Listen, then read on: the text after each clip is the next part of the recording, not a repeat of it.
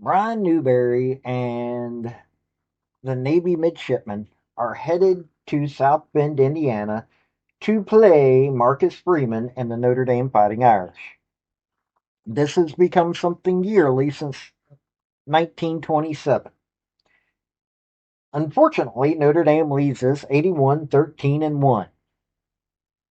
Notre Dame is also highly ranked, is fighting for a spot in the college football playoff, and most likely is not going to be worried about this game against Navy. They're both good teams, but Notre Dame is at that next level. Marcus Freeman, here's a man who is 39-12 as a head coach. He's only ever coached Notre Dame. He's gone 9-4, 10-3, 14-2, and they are currently 6-2. This is a darn good Notre Dame team, even though it's also a darn good Navy team. It's just look at the size of a Navy football player. Look at the size of a Notre Dame football player.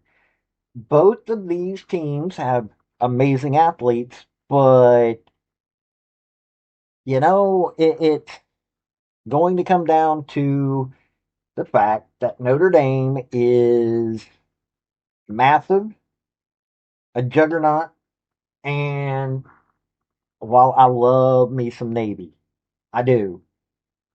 I like Notre Dame, but I love me some Navy. This is going to be a hard game to look at the numbers for, but I'm going to.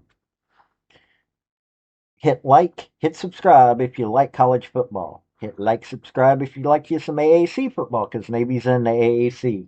And Notre Dame, hey, college football royalty right there. Well, not the royalty.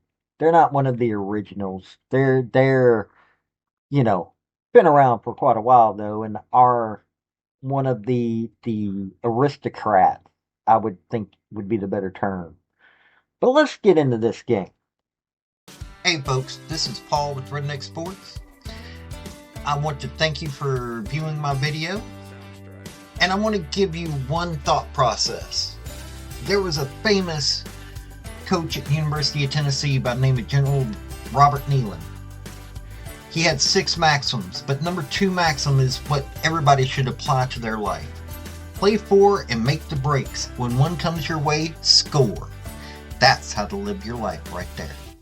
Now, since Navy's visiting, you've got Blake Horvath. He's 68 of 107, so 63.6% completion rate, 1,143 yards. Got 7 touchdowns through the air. Unfortunately, he's also got 5 interceptions. Been sacked only twice. Now, rushing, Blake Horvath leads at 138 carries, 926 yards, got 13 touchdowns. Alex Teska, 90 carries, 523 yards, 6 touchdowns. Brandon Chapman, a wide receiver, 41 carries, 360 yards, 2 touchdowns. Eli Heidenreich, 49 carries, 342 yards, got 3 touchdowns. Braxton Woodson, QB2, 11 carries, 210 yards, 3 touchdowns. Shane Reynolds, running backs, got 1. Michael Barrow, wide receivers, got 1. Luke Hutchison, wide receiver, got 1. They got 30 touchdowns on the ground. Now, Eli Heidenreich has got 31 receptions, 575 yards, 4 touchdowns. Cody Howard, tight ends, got 1 touchdown that way. Luke Hutchison, wide receiver, 2 touchdowns. So that's their 7 touchdowns. They're not a through the air team.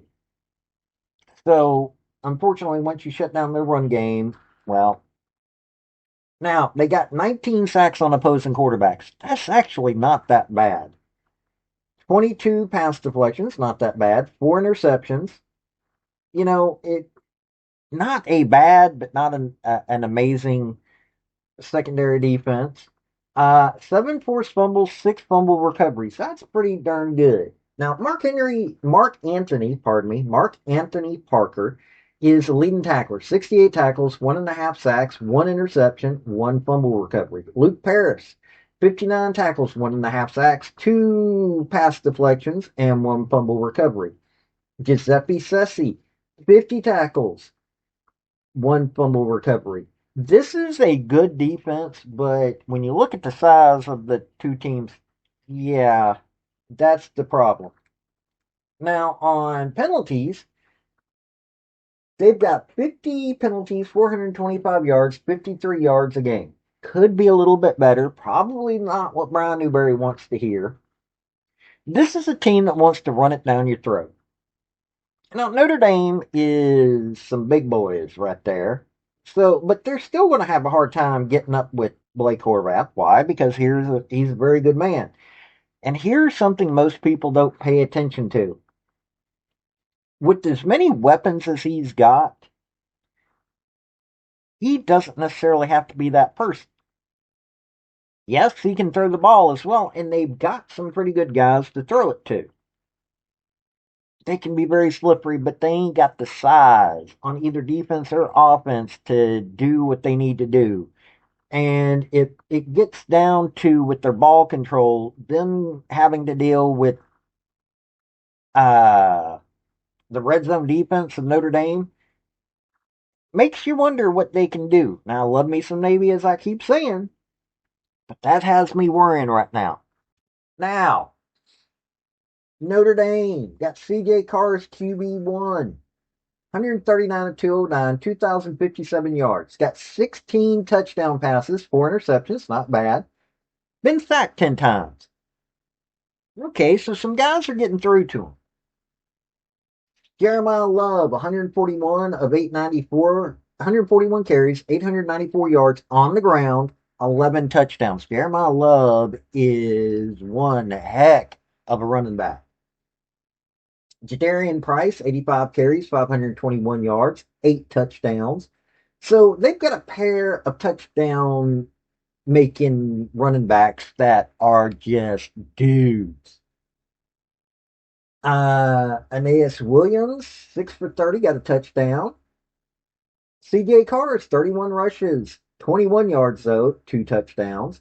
22 touchdowns on the ground. Now, receiving wise, Jordan Faison, 39 catches, 518 yards, 2 touchdowns.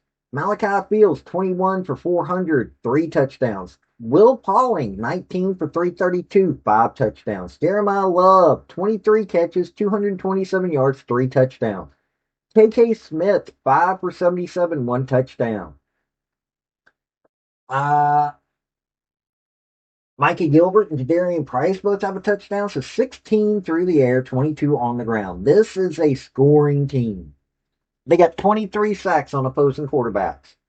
Got 33 pass deflections, 16 interceptions. Unfortunately, they haven't scored on any of them, but, 5 forced fumbles, 2 fumble recoveries. That's about the only weakness I'm seeing here. That and their offensive line's a little weak. Drake Bowen's got 50 tackles, 2 sacks, 2 pass deflections. Aiden Schuler, a safety, 44 tackles, 4 pass deflections, 2 interceptions. Tay Johnson, safety, 2 safeties. It kind of makes you wonder why they're letting people get in their secondary a little too much. 39 tackles, 3 pass deflections, 3 interceptions. So they've got some dudes, but they're letting them get into the secondary a little too much. So that's a third weakness that Navy can look at. Penalty wise, 50 penalty, 448 yards, 56 yards per game. Sure, Marcus Freeman wants them to be a little bit more tight. I'm looking at this. Yeah, they got a few weaknesses, but in all honesty, Navy has to have the size to make sure that they can do what's necessary. CJ Carr's got a decent, not an amazing offensive line, so I don't think he's really going to get hustled all that much. Jeremiah Love and Darian Price, well, Jeremiah Love's averaging 6.3 yards a carry. Darian Price averaging 6.1. They got Jabran Payne, who has only got 3 carries, but he's averaging 9 yards a game, 9 yards a carry. So you're looking at big team that's got some really good offensive weapons that knows how to get some yards. They got 2,192 through the air, 1,501 yards on the ground. Hey, it's a Notre Dame team. Look, Notre Dame, they've got two games that they've got to really worry about. That's Navy and Pitt. After that, they've got two easy games. And Navy's not even going to be that big of a challenge. I hate to say it, much as I love my Navy. It really pains me to be able to have to say this. Navy is going through, about to have a really tough schedule. They just had North Texas, which I've got them power rated much lower than North Texas. They got Notre Dame, South Florida, Memphis, and then they got Army Navy. I'm looking at they're going to have an 8-4 year. Hey, that's respectable no matter what you say. Notre Dame is fighting for a spot in the college football playoff. They can't play around with any of the four teams that they've got left.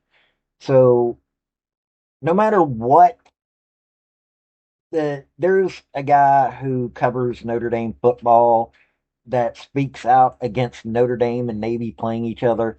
Honestly, I think that man needs to forget all about that because his arguments are kind of weak. This is still a good rivalry, even though Navy is not in the caliber of Notre Dame, hasn't been, is rarely in that caliber, but they're still a good team. It's still one of those games that people want to see. Navy is Navy. Notre Dame is Notre Dame. Both of them have a national audience. Heck, in a way, they both have an international audience because, well, Notre Dame football is Catholic. Navy football is the U.S. Navy. Unfortunately, though, yeah, this is going to be Notre Dame. It's probably not going to be pretty. Even though I like me some Blake Horvath, I like Alex Teska, I like Eli Heinrich, I like Braxton Woodson. It's a good Navy team. And yes, them being 7-1 is an amazing thing. Unfortunately, they're about to hit a brick wall, and it is called Notre Dame. This is Paul with Redneck Sports. Y'all have a good day now. Bye. I want to thank you for watching my video. And if you like what you saw, like, subscribe, and comment. Y'all have a good day now.